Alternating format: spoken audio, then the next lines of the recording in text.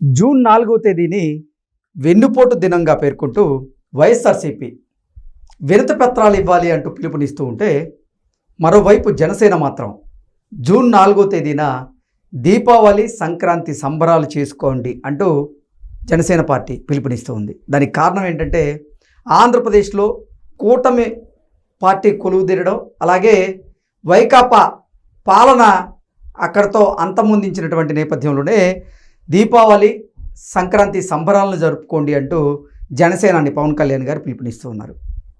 అటు వైసీపీ మాత్రం వెన్నుపోటు దినోత్సవంగా దాన్ని పేర్కొంటూ కలెక్టర్లకి అధికారులకి వినతి పత్రాలు ఇవ్వాలి, కూటమి ప్రభుత్వం విఫలమైన దాని మీద అంటూ వారి నిర్ణయం తీసుకున్నటువంటి నేపథ్యంలో అసలు ప్రజల బాట, ప్రజల ఆలోచన ఏ రకంగా ఉంది?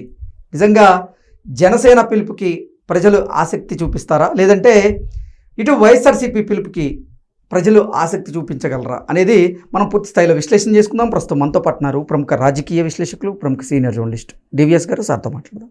సార్ నమస్తే. సార్ నమస్తే. జూన్ 4వ తేదీన వెన్నుపోటు దినోత్సవంగా అధికారులకి, కలెక్టర్లకి వినతి పత్రాలు సమర్పించండి అంటూ వైసీపీ పిలుపునిస్తూ ఉంటే, అదే రోజు అంటే జూన్ 4వ తేదీనే దీపావళి సంక్రాంతి సంబరాలు జరుపుకోండి అంటూ జనసేనాని పవన్ కళ్యాణ్ గారు పిలుపునిచ్చారు. ఏంటి అసలు ఇంతకీ ప్రజలు ఏ దారిని ఎంచుకునేటువంటి అవకాశం ఉంది జూన్ 4వ తేదీన అంటే ఏం చెప్తారు? ప్రతి పిలుపు జగన్కి సలుపు, జగన్కి మలుపు. వైసీపీకి మలుపు కావాల్సిన జగన్ ప్రతి పిలుపు అతనికి సలుపు పుట్టిస్తోంది. ఏంటి, అతన్ని బాగా నొప్పిస్తోంది. సరే, ఇప్పుడు మనం చూసాం, కరెంటు బిల్లుల మీద ఆందోళన అన్నాడు. అరే నాయన, 9 సార్లు ఛార్జీలు పెంచిందే నువ్వు, ఇంకొక 2 సార్లు ఛార్జీలు పెంచమని చెప్పిందే నువ్వు. మరి నాగార్జున రెడ్డి జస్టిస్ సంతకం పెట్టిపోయాడు. లేదా రైతుల మీద ఆందోళన అనగానే మనం చూసాం, ఆ రైతుల సమస్యలన్నిటికీ అతనే కారణం అని. మిర్చి యార్డుకు పోయాడు. మిర్చి యార్డు మరి మనం చూసాం, ఆయన ఇచ్చిన జీవో ఒకటి బయట పెట్టారు, నువ్వే 6,000 కొనమన్నావు క్వింటా అని. లేకపోతే యువత పౌరు అన్నాడు. యువత పౌరు అనగానే ఆ ఉద్యోగాలన్నీ నువ్వు అసలు జాబ్ క్యాలెండర్ ఏది? వదిన సాక్షి క్యాలెండర్ ఇచ్చింది కానీ నువ్వు జాబ్ క్యాలెండర్ ఇవ్వలేదు. నువ్వు మెగా డిఎస్సి అని దగా డిఎస్సి చేసావు అంటూ యువతకి జగన్ చేసిన అన్యాయం, ఆ ఆందోళన. అసలు ఏటిల్లో ఆయన పాల్గొనడల్లా. ఇప్పుడు ఏమని పిలిపించాడు? వెన్నుపోటు దినోత్సవం అన్నాడు. ఏది మీరన్న తేదీ జూన్ 4, అది ఫలితాలు వచ్చిన రోజు.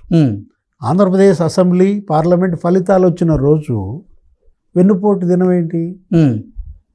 అసలు ప్రజలు వెన్నుపోటు పొడిచారనా?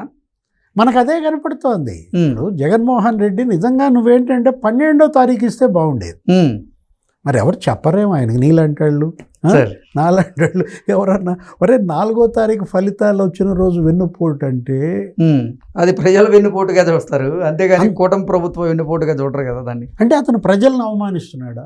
ప్రజా తీర్పుని అవహేళన చేస్తున్నాడా? ఇప్పుడు ఆ రోజు ఓడిపోయినప్పుడు ప్రెస్ మీట్లో అదే తప్పుడు మాటలు, 60 లక్షల మంది రైతులకు నేను అంత చేసి ఆ ఓట్లు ఏమైనాయి అన్నాడు. అక్క చెల్లెమ్మల ఓట్లు ఏమైనాయి అంటే రైతుల్ని అవమానించడం. నాకెందుకు ఓటు వేయలేదని వాళ్ళని బెదిరిస్తున్నావా? బ్లాక్మెయిల్ చేస్తున్నావా? అసలు ఈ బెదిరింపులు, ఈ బ్లాక్మెయిలింగ్ అతనికి ఏంటో 2 కళ్ళు అనుకుంటా. అరే తల్లిని బెదిరిస్తాడు, చెల్లిని బ్లాక్మెయిల్ చేస్తాడు. ఇవాళ జగన్మోహన్ రెడ్డి ఈ బెదిరింపులు బ్లాక్మెయిల్ ద్వారానే మళ్ళీ రావాలనుకుంటున్నాడా? సరే, ఆ వెన్నుపోటు దినం పక్కన పెట్టాడు. ఇవాళ మీరు అన్నారు, జనసేన పవన్ కళ్యాణ్ ఒక పిలిపించారు. ఏమని? పీడ విరగడైన దినోత్సవం అన్నాడు. వైసీపీ పీడ విరగడైంది కాబట్టి అసలు సంక్రాంతి పండగ, దీపావళి పండగ 2 పండగలు చేయండి అన్నాడు. జూన్ 4న అటు ముగ్గులేయండి వాకిళ్లలో, మహిళలకు ముగ్గుల పోటీలు పెట్టండి, సాయంత్రం దీపాలు వెలిగించండి, క్రాకర్స్ కూడా కాల్చండి. అంటే వైసీపీ పీడ విరగడైన దినంగా జూన్ 4. లేకపోతే అసలు ఆయన ఎవరో తెలుగుదేశం ఎంపీ అప్పలనాయుడు, అతను ఏమని పిలిపించాడు? విముక్తి దినోత్సవం అన్నాడు. తెలంగాణ విముక్తి దినోత్సవం, విలీన దినోత్సవం, అక్కడ ఒక గోల ఉంటుంది, సెప్టెంబర్ 16 ఏం చేయాలి ఏంటనేది. అట్లా ఇది విముక్తి దినోత్సవంగా ఇవాళ తెలుగుదేశం మరి పిలుప. అంటే వైసీపీ విముక్త దినం. ఆ రోజు పవన్ కళ్యాణ్ మరి ఆయన ఏంటి ప్రతిపక్షంలో చాలా హింస పెట్టారు. జనసేన కార్యకర్తలపైన శ్రేణులపైన కేసులు పెట్టారు, అరెస్టులు చేశారు, జైళ్ళకు పంపినప్పుడు అతనేం పిలిపించాడు, వైసీపీ విముక్త ఆంధ్రప్రదేశ్ అన్నాడు. వైసీపీ విముక్త ఆంధ్రప్రదేశ్ అని అతను పిలుపు ఇవ్వగానే ప్రజలు కూడా మరి స్పందించారు. ఈ 2 slogans Pawan Kalyan sir, hello AP, bye bye YCP అన్నాడు. ఇక అది తర్వాత చంద్రబాబు అదే అన్నాడు, లోకేష్ అదే అన్నాడు. అది బాగా ప్రజల్లోకి బలంగా వెళ్ళింది. వైసీపీకి వాళ్ళు నిజంగానే బై బై చెప్పారు. ఇప్పుడు ఈ పిలుపుల్లో వెన్నుపోటు దినం అనే పిలుపు బూమ్రాంగ్ అయింది. అందులో ఒక తప్పుడు మీనింగ్ కనపడింది, మనం ఇందాక అనుకున్నది. కాబట్టి జగన్ పిలుపు మిస్ఫైర్ అయింది, అది జగన్కే వెనక వచ్చి గుచ్చుకుంది. మరి విముక్తి దినం అన్నారు. విముక్తి దినం అనేది మరి అది సక్సెస్ అయ్యే అవకాశం ఉంది. ఏది అది జగన్ పీడ విరగడైన దినం అంటున్నారు. అందులో కొంత రీజన్ కనపడుతోంది. ఎందుకంటే జగన్మోహన్ రెడ్డి సీఎంగా వైసీపీ అధికారంలో ఉన్నప్పుడు అన్ని వర్గాల ప్రజలు నానా పాటలు పడ్డారు, అందరిపైన కేసులు పెట్టారు. ఉపాధ్యాయులను కూడా వదలలేదు కదా. ఆ రోజు ఉపాధ్యాయులు చలో విజయవాడ ఏదో పిలిపిస్తే అరెస్ట్ చేసి జైళ్ళలో పెట్టది, నీకు పోలీస్ స్టేషన్లో పెట్టారు. వాళ్ళని అసలు మద్యం షాపుల దగ్గర కాపలా పెట్టారు. వాళ్ళతో అసలు 43 యాప్లు అప్లోడ్ చేయమని అసలు టీచర్లే తిరగబడ్డారు. జర్నలిస్టుల గురించి ఇక నువ్వు నేను చెప్పుకోవాల్సిన పని లేదు. జర్నలిస్టుల మీదే తప్పుడు కేసులు పెట్టారు. అసలు ఒక జర్నలిస్ట్ కాదు, 2-3 చోట్ల మర్డర్ చేశారు. ఎక్కడో దాకా ఎందుకు, జగన్ క్యాబినెట్ మంత్రే ఒక జర్నలిస్ట్ హత్య కేసులో నిందితుడు. ఆ జక్కంపూడి అతను ఎవరు, తుని రాజా. ఇప్పుడు అనేక మంది అక్కడ జర్నలిస్టులు ఇబ్బందులు పడ్డారు, తప్పుడు కేసుల్లో ఇరుక్కున్నారు. అసలు వీడియోగ్రాఫర్లను అయితే కొట్టి వదిలిపెట్టారు. ఆంధ్రజ్యోతి, ఏబిఎన్ వీడియోగ్రాఫర్లని. లేకపోతే మనం చూసాం GO 1 తీసుకొచ్చాడు, GO 2456 మన మీద తీసుకొచ్చింది. అసలు మామూలు హింస పెట్టలేదు. ఏ వర్గాన్ని వదిలేశాడు, బీసీ, ఎస్సీ, ఎస్టీ, ముస్లిం మైనారిటీలు. ఆ చంద్రయ్య యాదవ్, ఆ గొళ్ళపాడు మెడగోశారు. జై జగన్ అంటావా అనవా, అతను అనలేదు, జై చంద్రబాబు అన్నాడు, మెడగోసేశారు. ఆ ఒక్కటే నీకు మొత్తం అసలు మలుపు తిప్పింది సార్. డాక్టర్ సుధాకర్ విశాఖపట్నంలో ఆయన ఏం మాట్లాడాడు, మాస్క్ అడిగాడు. మాస్క్ ఇవ్వకుండా కరోనాలో వైద్య సేవలు ఎలా అందివ్వగలమంటే ఆయన మీద పిచ్చోడు అనే ముద్రేసి, ఆయన్ని నడి రోడ్డు మీద నీకు బట్టలు తీసి పెడరెక్కలు విరిచి కొట్టి అసలు కాళ్ళ మీద కొట్టారు. చనిపోయాడు ఆయన తర్వాత. డాక్టర్ సుధాకర్ లేకపోతే చంద్రయ్య యాదవ్, అసలు అబ్దుల్ సలాం అనేవాడిని అతను కుటుంబంతో సహా సామూహిక ఆత్మహత్యలు, మామూలు వేధింపుల. నంద్యాలలో భార్యని 2 పిల్లల్ని కూడా రైలు పట్టాల కట్టేశాడు. రైలు గుద్దేసింది, 4 చనిపోయారు. ముస్లిమ్స్ ఎంతమంది పైన అత్యాచారాలు, రాజమండ్రి, దాచేపల్లి, గుంటూరు, చిన్న చిన్న ఆడబిడ్డలు అన్నమాట. అతను ఎవరో రేపల్లెలో సజీవ దహనం. వాళ్ళ అక్కని ఈవ్ టీజింగ్ చేయబాకండి అంటే 10వ తరగతి పిల్లాడు అమర్నాథ్ గౌడ, ఏదో బీసీ గౌడ, కిరోసిన్ బస్ తగలబెట్టారు, సజీవ దహనం అన్నమాట. అసలు ఒకటని కాదు, అక్కడ ఎవరో అసలు ఎందుకు జగన్మోహన్ రెడ్డి సొంత నియోజకవర్గం పులివెందుల నాగమ్మ అంట. హత్యాయత్నం కాదు, అటు అత్యాచారం ఇటు హత్యాచారం. దళిత డ్రైవర్ని ఏది ఆ డ్రైవర్ సుబ్రహ్మణ్యం అనే అతన్ని అనంతబాబు చంపి డోర్ డెలివరీ చేసి తనే కారులో తీసుకెళ్ళి డెడ్ బాడీ వాళ్ళకి హ్యాండ్ ఓవర్ చేసి,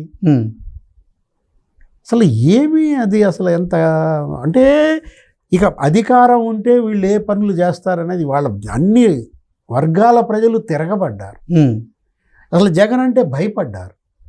ఇంకా జగన్ కనుక మళ్ళీ ముఖ్యమంత్రి అయితే అసలు మా భూములు మాకు ఉండవు. ప్రతి ఒక్క చోట భూ కబ్జాలే కదా. పెద్దిరెడ్డి నీకు 14 మండలాల్లో 20,000 ఎకరాలు కబ్జా అంట, బుగ్గమఠం భూముల కబ్జా అంట, మంగళంపేట అడవుల కబ్జా అంట. అసలు ఆయన కుటుంబంలో భార్య, కొడుకు ఆయన పేరు మీదే 236 ఎకరాలు అన్నారు. అంటే అసలు పెద్దిరెడ్డి ఎస్టేట్, వాళ్ళ అన్నదమ్ములు ద్వారకానాథ్ రెడ్డి సజ్జల ఎస్టేట్ అంట, సీకే దిన్నె మండలంలో. అతను 65 ఎకరాలు అతను కబ్జా చేశాడు సజ్జల అని. కడపలో ఆకేపాటి ఎస్టేట్. అసలు అది మరీ అన్యాయం. పేదలకు పట్టాలు ఇచ్చి ఆ భూములన్నీ పెళ్ళాం పేరు మీద రిజిస్ట్రేషన్ చేయించాడంట. అక్కడ టీటీడీ కళ్యాణ మండపం కట్టించి అది కూడా పెళ్ళాం పేరు మీదకి వచ్చేసిందంట. ఆ దేవిరెడ్డి శివశంకర్ రెడ్డి 6 పేరు మీద 6×30 ఎకరాలు రిజిస్ట్రేషన్ అంట. మళ్ళీ 25 ఎకరాలు ప్రభుత్వ భూమి ఆక్రమణ అంట. అంటే చిత్తూరు జిల్లాలో భూమన కరుణాకర్ రెడ్డి, చెవిరెడ్డి భాస్కర్ రెడ్డి, పెద్దిరెడ్డి. కడపలో సజ్జల, ఈ ఆకేపాటి, అవినాష్ రెడ్డి, దేవిరెడ్డి, రవీంద్రనాథ్ రెడ్డి. అసలు ప్రతి చోట ప్రకాశం జిల్లాలో వైవి సుబ్బారెడ్డి, నెల్లూరులో ఇక నీకు కాకాని గోవర్ధన్ రెడ్డి. ఇవాళ ఎక్కడున్నాడు కాకాని గోవర్ధన్ రెడ్డి? గుంటూరులో పిన్నెల్లి రామకృష్ణారెడ్డి బ్రదర్సు. వసూళ్ళ రజనీయా, ఆమె పేరేంటి? విడదల రజనీ. వసూళ్ళ రజనీ కాదు, ఆమె అసలు వసూళ్ళని. అంటే గుంటూరే కాదు, గోదావరి జిల్లాల్లో అటు కారుమూరి నాగేశ్వరరావు, అది అతనేంటి టీడీఆర్ స్కాములు, కొట్టు సత్యనారాయణ. అసలు వీళ్ళ మంత్రులు. ఉత్తరాంధ్ర మొత్తం విజయసాయిరెడ్డి గంపగుత్తగా. ఆ వైవి సుబ్బారెడ్డి కొడుకు విక్రాంత్ రెడ్డి అంట.